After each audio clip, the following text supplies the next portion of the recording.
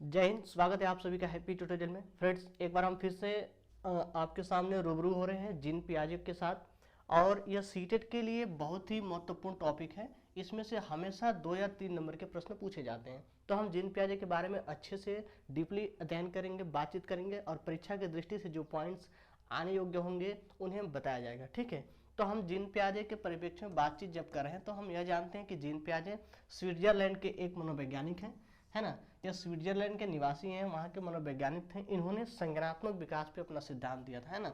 Cognitive development theory इन्होंने दिया था। तो जब कोई आपसे बात करते हैं कि संज्ञानात्मक विकास का सिद्धांत किसका है, तो आप बताते हैं कि जीन पियाजे महोदय का संज्ञानात्मक विकास का सिद्धांत है। और इनके परिप्रेक्ष्य में हम कुछ बात कर लेते हैं कि जीन पियाजे जो है वह स्विट्जरलैंड के मनोवैज्ञानिक थे, है ना। जीन पियाजे का मानना था कि जैसे जैसे बच्चों में जैविक परिपक्वता, बायोलॉजिकल मैच्योरिटी आती है ना, वैसे वैसे वस्तुओं के बारे में अपना दिमाग व कंसेप्ट बना लेते हैं। इनका यह मानना था कि जैसे जैसे बालक में परिपक्वता बढ़ती है वैसे वैसे बालक चीज़ों के विषय में सोचना और कंसेप्ट बनाना सीख जाते हैं, है ना।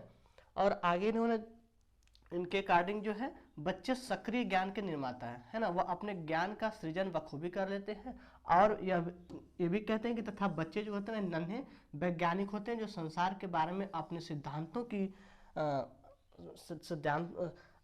की व्याख्या बखूबी कर लेते हैं ना, सिद्धांतों की रचना कर लेते हैं। तो हम जीन पियाजे के बारे में बातचीत कर रहे थे। संज्ञानात्मक विकास का सिद्धांत जीन पियाजे महोदय का है। ये स्विट्जरलैंड के मनोवैज्ञानिक थे, और इन्होंने बताया कि जैसे जैसे बालक परिपक्व होते हैं वैसे वैसे अपने ज्ञान का सृजन बखूबी खुद स्वयं से कर लेते हैं, सक्रिय ज्ञान का सृजन बखूबी कर लेते हैं, है ना। और यह संसार के बारे में अपने सिद्धांतों की रचना बखूबी स्वयं से कर लेते हैं। ठीक है, आगे बढ़ते हैं और हम जीन पियाजे के बारे में कुछ और बातें जानते हैं, देखते हैं ना।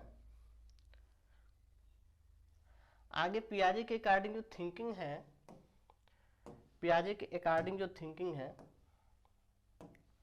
ना, आगे देखते हैं कि जीन पियाजे के अकॉर्डिंग बच्चा जो थिंकिंग करता है वह एडल्ट टाइप में अलग अलग क्वांटिटी होती है ना। जैसे जैसे बालक में परिपक्वता बढ़ती है वैसे वैसे उसकी क्वांटिटी भी बढ़ती है, जीन पियाजे महोदय कहते हैं ना। तो अब हम देखते हैं कंसेप्ट ऑफ कॉग्निटिव डेवलपमेंट क्या होता है ना। हम अनुकूलन की बात करते हैं, एडाप्टेशन की बात करते हैं। तो जो एडाप्टेशन होता है वातावरण के अनुसार अपने आप को ढालना अनुकूलन कहलाता है। जैसे भी जिस भी प्रक्रिया में आप जैसे भी होते हैं, अगर आपका वातावरण चेंज होता है, आप अपने आप को उस वातावरण के प्रति अनुकूल बना लेते हैं, उस वातावरण में ढल जाते हैं, तो उसी को हम कहते हैं अनुकूलन, है ना। एडाप्टेशन कहते हैं कि वातावरण के अनुसार अपने आप को ढाल लेना अनुकूलन कराती है। यह 2 प्रकार की यह प्रक्रिया, जो अनुकूलन की प्रक्रिया होती है, 2 प्रकार की। एक होती है आत्मसातकरण और एक होता है समायोजन। एसिमिलेशन क्या होता है कि पूर्व ज्ञान को नए ज्ञान के साथ जुड़ना आत्मसातकरण कहलाता है।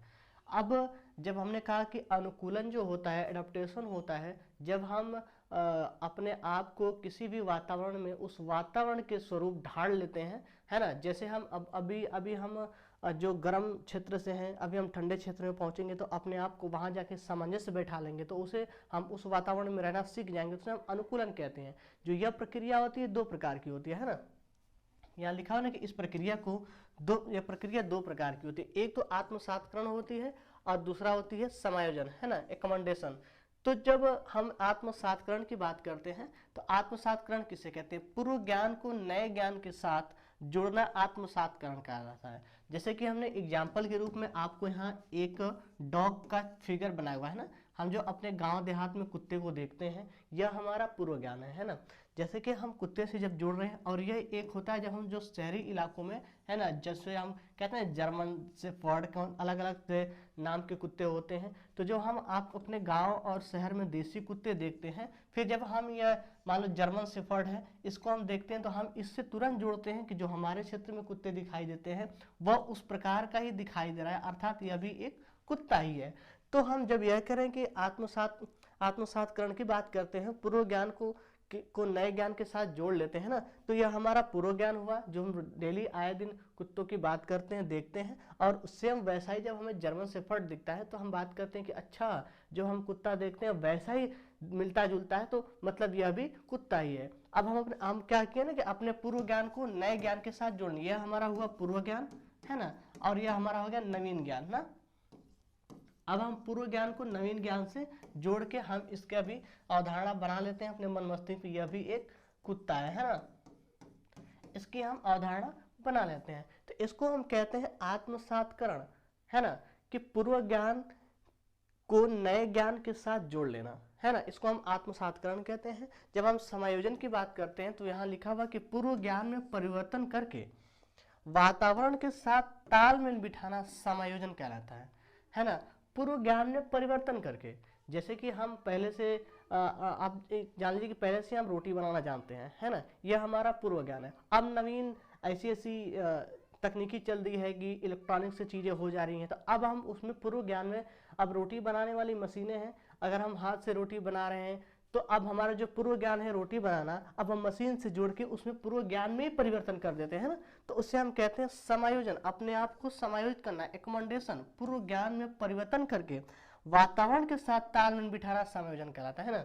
जब हम अनुकूलन की बात करेंगे तो हम यह कहेंगे कि जैसे हम कहते हैं ना कि अपने आप को, अभी हम ठंडे क्षेत्र की, गर्म क्षेत्र की बात कर रहे थे, तो अब हम गर्म क्षेत्र वाले हैं, अभी हम अचानक ठंडे क्षेत्र में पहुंचेंगे रहने के लिए, तो हमारा संतुलन बिगड़ जाता है। यदि हम उस जगह पे अपना अनुकूलन ना वातावरण के साथ अपने आप को ढाल लेते हैं तो उसे हम अनुकूलन कह लेंगे। यह दो प्रकार की प्रक्रिया भी आपने एक आत्मसातकरण बताया, एसिमिलेशन, पूर्व ज्ञान के साथ जोड़कर आत्मसातकरण करना, और समायोजन होता है एकमोडेशन, पूर्व ज्ञान परिवर्तित करके वातावरण के साथ तालमेल बिठाना समायोजन है ना। अब हम आगे बढ़ते हैं और देखते हैं साम्य धारण, एक्विलिब्रेशन क्या होता है ना, इसके बारे में देखते हैं।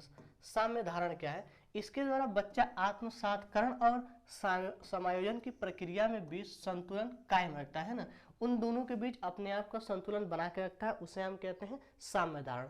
और यह एक जीन पियाजे का शब्द है स्कीमा ना। स्कीमा किसे कहते हैं? मानव के दिमाग में जो चीजें पहले से स्टोर होती हैं वह उनका प्रयोग करके किसी विषय के प्रति एक धारणा बनाता है ना, तो इसे स्कीमा कहते हैं। जो हमारे दिमाग में पहले से चीजें स्टोर होती हैं, अब उन चीजों की एक धारणा बनाकर विषय के प्रति जब हम धारणा बनाते हैं तो उसे हम स्कीमा कहते हैं। मानव शिशु में स्कीमा प्रवृत्ति और प्रतिक्रिया जन्मजात होती है। ये जो हमारा स्कीमा होता है ना, हमें जन्मजात, ये एक प्रक्रिया है, हमारे दिमाग में जो भी चीजें स्टोर होती हैं उसके हिसाब से हम विषय वस्तु के प्रति एक धारणा बना पाते हैं, स्कीमा कहते हैं, है ना। आगे बढ़ते हैं, आगे क्या है? हाँ, अब एक संगठन आ गया ना, इसके बारे में देखते हैं, फिर उसके बाद हम जीन पियाजे की अवस्थाओं के बारे में बात करेंगे। यह है संगठन, है ना, पेन कहाँ गया, संगठन है ना। पियाजे के सिद्धांत में संज्ञानात्मक प्रणाली के लिए स्कीमा को पुनर्व्यवस्थित करना, उन्हें स्कीमाओं से जोड़ने का संगठन कहता है। जो हमारे अंदर स्कीमा की बात जब हम करते हैं तो हमने आपको पहले ही बताया कि जो चीज़ें हमारे अंदर पहले से स्टोर होती हैं उसकी अवधारणा जब हम बनाते हैं तो उसे हम स्कीमा कहते हैं। तो जो हम अवधारणा पुनर्व्यवस्थित करते हैं ना, बनाते हैं, उसे हम संगठन कहते हैं। लिखा हुआ पियाजे के सिद्धांत के संज्ञानात्मक प्रणाली के स्कीमाओं को पुनर्व्यवस्थित करना, उन्हें स्कीमाओं से जोड़ना ही संगठन है। अब हम जीन पियाजे की अवस्थाओं के बारे में बातचीत करेंगे। जीन पियाजे के संज्ञानात्मक विकास की अवस्थाओं के कुल कितने चरण हैं? तो कुल 4 चरण है ना।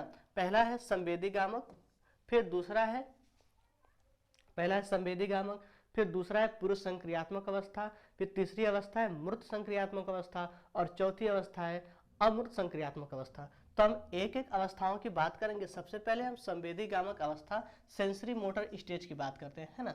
सेंसरी मोटर्स पेशीय अवस्था क्या होती है, सेंसरी मोटर स्टेज क्या होता है, यह तो इन्होंने अब इसको संवेदीगामक अवस्था को 0 से 2 वर्ष माना है। हम जब अवस्थाओं की बात करते हैं तो हम जन्म से मानते हैं ना, बहुत सारे मनोवैज्ञानिक जन्म से मानते हैं, लेकिन जो जीन पियाजे महोदय हैं वह 0 से मानते हैं ना। जब आपसे संवेदीगामक अवस्था की बात की जाए तो आप बताएंगे उस अवस्था की उम्र 0 से 2 वर्ष, और इस अवस्था में बच्चा अपनी ज्ञान इंद्रियों के माध्यम से सीखता है ना। ज्ञान इंद्रियां कौन कौन सी हैं? जैसे आपको पता है ना, आँख, कान, नाक, स्क्रीन, ये सब जो चीजें होती हैं ना, जीभ, ये सब हमारी ज्ञान इंद्रियां हैं, है ना। अब इसके माध्यम से बालक अपने चीज़ों को अभिव्यक्त करता है। 2 वर्ष का एक जब बालक होता है, जब वो उसके अभी अच्छे से भाषा का विकास नहीं हो पाया रहता है, तो बातचीत करना, उसके शब्दों का जब भाषा का विकास ही नहीं है तो अपनी भावनाओं को व्यक्त कैसे करेगा। जब एक शिशु होता है, उसे भूख लगती है तो वह अपने संवेदी अंगों से उन्हें अभिव्यक्त करता है, रोने लगता है, चिल्लाता है ना, हाथ पैर पटकता है। तब उसकी माँ को यह पता अनुमान लग जाता है कि बच्चा या तो भूखा होगा या फिर उसे कोई अन्य तरह की बीमारी या फिर कोई कष्ट होगा, है ना। तो इन चीज़ों को अपनी संवेदनाओं के व्यक्त करता है ना, ज्ञान इंद्रियों के माध्यम से व्यक्त करता है। और इसकी जो इसमें वस्तु अस्थायित्व का गुण धीरे धीरे, शुरुआत में तो नहीं होता है, लेकिन धीरे धीरे जब 2 वर्ष का बालक होने लगता है ना, 1 से 2 वर्ष की उम्र तक पहुंचता है, तो उसमें वस्तु अस्थायित्व का गुण आ जाता है ना, ऑब्जेक्ट परमानेंस का गुण आ जाता है। वस्तु अस्थायित्व का गुण कहने का तात्पर्य यह है कि जो वस्तु बालक के आंख से ओझल होती है ना, जब आप उसे कोई खिलौना देते हैं, है ना, फिर आप उसके हाथों से कहीं छुपा देते हैं, तो बालक उस वस्तु के प्रति अपने दिमाग में एक बिंब बना लेता है ना, प्रतिबिंब बना लेता है। वह जान पाता है कि वस्तु हमारे पास ही थी, तो कहीं ना कहीं आस पास होगी। वह आप चुराए जाने के बाद भी वह उसे ढूंढ लेता है ना। लिखा ना कि वस्तु अस्थायित्व का गुण आ जाता है, यानी बच्चे अपने दिमाग में वस्तुओं की छाप बना लेते हैं ना, बनाना शुरू करते हैं, जिससे वह छुपी हुई वस्तु को भी ढूंढ लेते हैं। उनके खिलौनों को आप जब छुपा देते हैं तकिए के नीचे या फिर बिस्तरे के नीचे, तो बालक उन्हें पता होता है कि खिलौने आसपास ही हमारे थे, तो कहीं ना कहीं होंगे, वह उन्हें ढूंढ लेते हैं, है ना। अब हम अगली अवस्था की बारे में बात करेंगे। जब हम पूर्व संवेदी गामा की बात करते थे तो यह एक सेंसरी मोटर स्टेज है। इसमें बालक अपने संवेदी अंगों के माध्यम से सीखता है ना। आगे बढ़ते हैं, अगली अवस्था देखते हैं, पूर्व संक्रियात्मक अवस्था।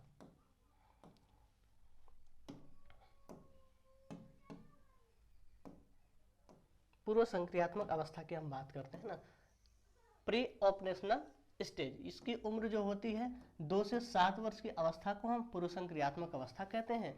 और यह क्रिया करने से पहले की अवस्था है ना, क्रिया करने से पहले की अवस्था है पूर्व संक्रियात्मक अवस्था। सॉरी, सामने आने वाली चीजों को देख पाएगा, है ना, समझ पाएगा, लेकिन कोई क्रिया नहीं कर पाता है। बालक अपने आगे या फिर सामने आने वाली वस्तुओं के बारे में तो देखता है, लेकिन उसके प्रति कोई प्रतिक्रिया नहीं कर पाता है ना।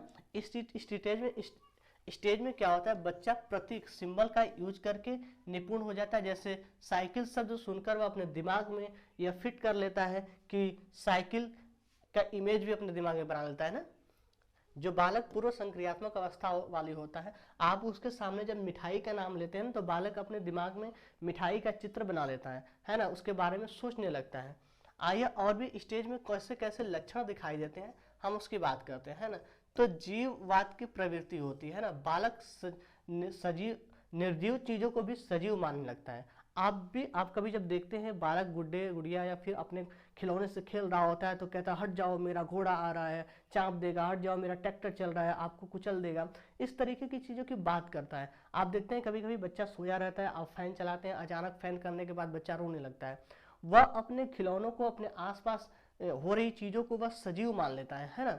ये इसे हम कहते हैं जीववाद की प्रवृत्ति। लिखा ना, जब बच्चा सजीव और निर्जीव वस्तुओं में अंतर नहीं कर पाता है, वह अंतर नहीं कर पाता है कि जो हमारे साथ खिलौना है, जिसके साथ हम खेल रहे हैं, वह निर्जीव है, वह उन्हें भी सजीव मानने लगता है।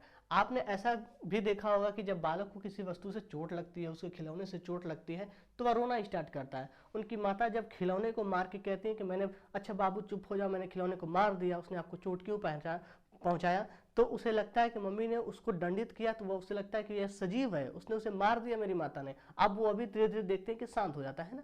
तो इसे हम कहते हैं जीववाद की प्रवृत्ति। बालक निर्जीव चीजों को भी सजीव मानने लगता है। आगे हम देखते हैं अहम केंद्रित क्या होता है ना।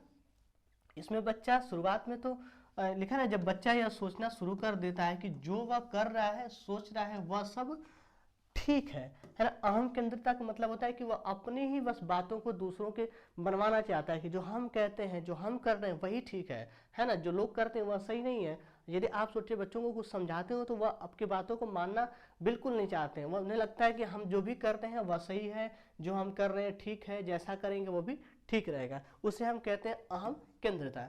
ठीक है, आगे बढ़ते हैं, आगे देखते हैं।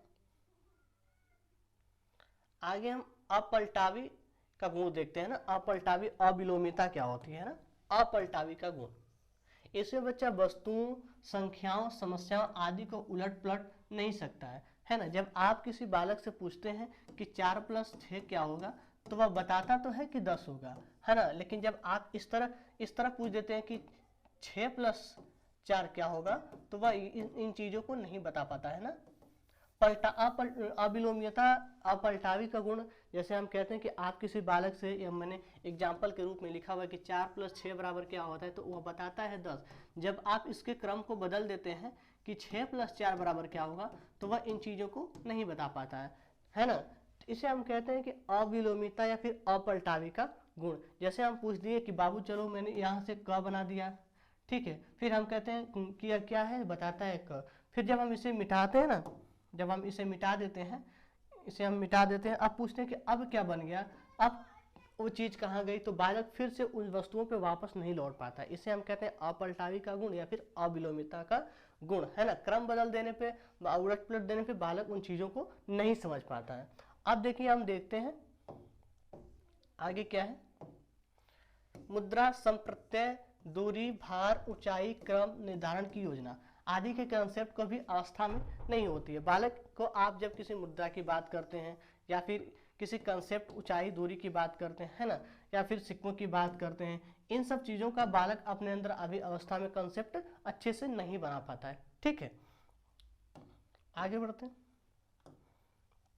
आगे केंद्रीकरण क्या होता है, इसके बारे में बात करते हैं ना। केंद्रीकरण के बारे में बातचीत करते हैं। एक समय में किसी वस्तु को बालक केवल एक ही विशेषता पर ध्यान दे पाने की प्रवृत्ति को हम केंद्रीकरण कहते हैं। एक समय में बालक एक ही चीज़ों पर ध्यान दे पाता है ना, अलग अलग विभिन्न क्षेत्रों में अलग अलग चीज़ों पर ध्यान नहीं दे पाता है।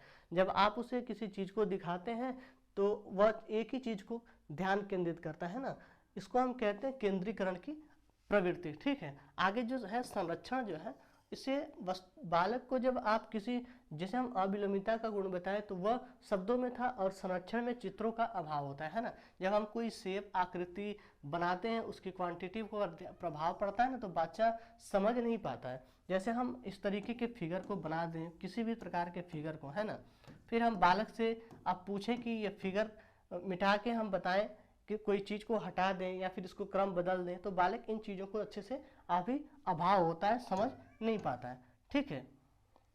आगे क्रमबद्धता। क्रमबद्धता क्या होता है, इसमें बच्चा वस्तु तथ्यों को अपने आकार से रखना नहीं सीख पाता है ना।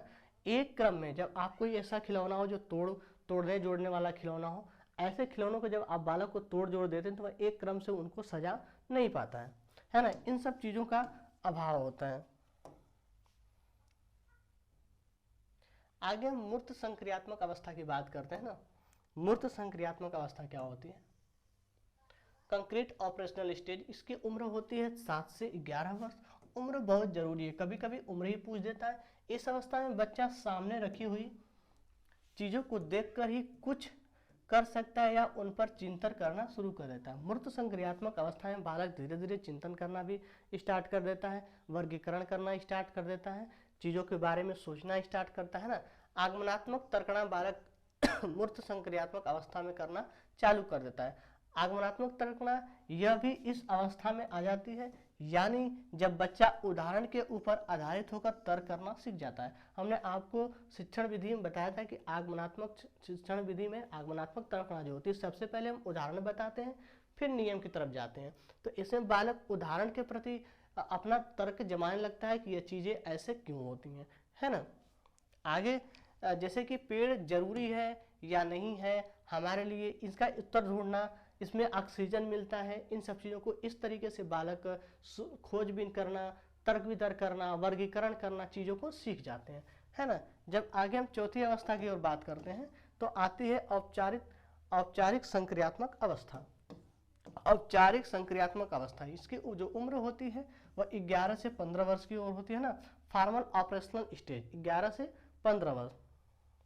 इसमें जो संज्ञान सर्वोच्च अवस्था होती है ना, इसमें संज्ञान जरूरी है। इसमें बच्चा अमूर्त चिंतन करने लगता है ना। फिर निगमनात्मक तर्कणा इसमें आ जाती है। निगमनात्मक अमूर्त चिंतन मतलब कि जो चीज़ें हमारे आँख से भी नहीं दिखती हैं, जिसको बस हम महसूस कर पाते हैं, वैसी चीज़ों के बारे में बालक चिंतन करना स्टार्ट कर देता है, ठीक है।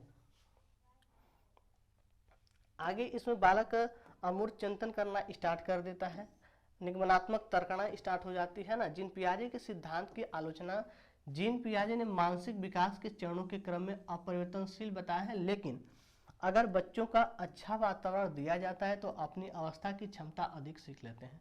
जीन पियाजे महोदय यह भी कहते हैं कि यदि बालक को जो सीखता है वो अपने संज्ञान में अपनी उम्र अपनी परिपक्वता के हिसाब से सीखता है, लेकिन यदि उसे अच्छा परिवेश दिया जाए तो हो सकता है बालक अपने उम्र से ज़्यादा सीख जाए, है ना। तो मैंने आपको जीन पियाजे के अनुसार उनके कुछ शब्द बताए कि जीन पियाजे महोदय कहते हैं कि जो बालक होता है वह एक नन्हा वैज्ञानिक होता है, वह अपने ज्ञान का सृजन बखूबी कर लेता है। और इन्होंने उम्र के 4 स्टेज बताए थे। पुरुष संवेदीगामक अवस्था, पुरुष संक्रियात्मक अवस्था, मूर्त